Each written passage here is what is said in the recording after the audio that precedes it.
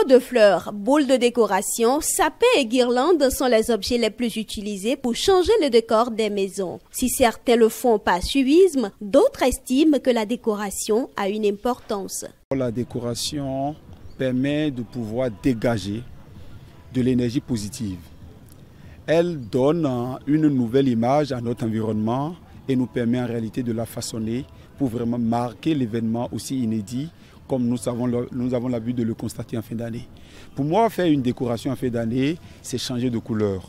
C'est véritablement donner une marque et montrer que voilà, on est vraiment scotché, on est vraiment collé à l'actualité et à ce moment festif. Parce que déjà, même sans décorer les lieux, nous nous décorons autrement. Parce que nous changeons de nouveaux habits, nous changeons de nos vêtements, etc., etc. En fin d'année, comme ça, c'est un bilan. Il faut décorer sa chambre, il faut décorer sa maison pour laver les impurs, c'est-à-dire toutes les traversées que tu as eues au cours de l'année.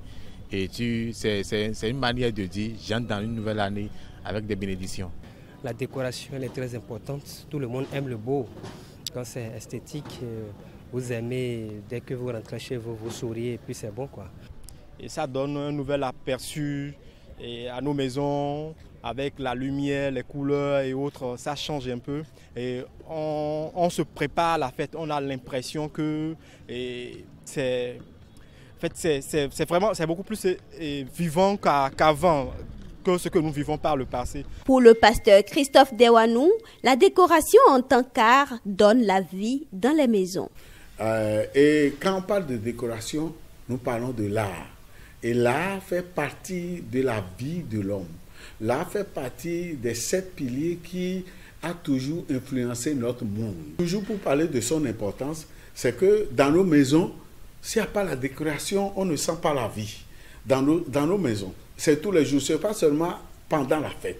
C'est parce que quand il y a fête, on sort ça et puis on fête avec. Sinon, l'art ça fait partie de la vie intégrale de l'homme. Très peu de gens font recours aux spécialistes de la décoration pour décorer leur maison en ces temps de fête. Puisque les goûts et les couleurs ne se discutent pas, chacun y va de son goût. Ma couleur, c'est le blanc-noir. La couleur, elle est relative. Mais je crois quand même que c'est plusieurs couleurs arrimées. Parce qu'on ne peut pas rester focus sur une couleur, mais de préférence, c'est la couleur violette avec la couleur belge. La couleur violette procure de l'espoir et dégage aussi véritablement de l'amour.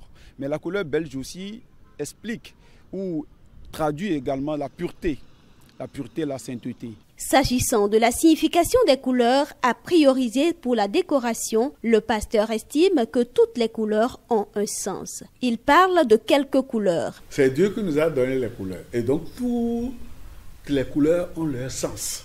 Et maintenant, moi, je ne peux que simplement donner quelques inspirations de couleurs. Il y a la couleur rouge qui explique le sang de Jésus que Jésus a versé sur la croix pour notre salut. La couleur jaune explique la descente du Saint-Esprit. La couleur bleue signifie le ciel. Le ciel, quand nous regardons le ciel, c'est bleu. Et ça nous inspire de la guérison divine. Et la 4e couleur, c'est violet. Et cette couleur reflète la royauté. Le choix des couleurs est donc fonction des objectifs et de la finalité de la décoration.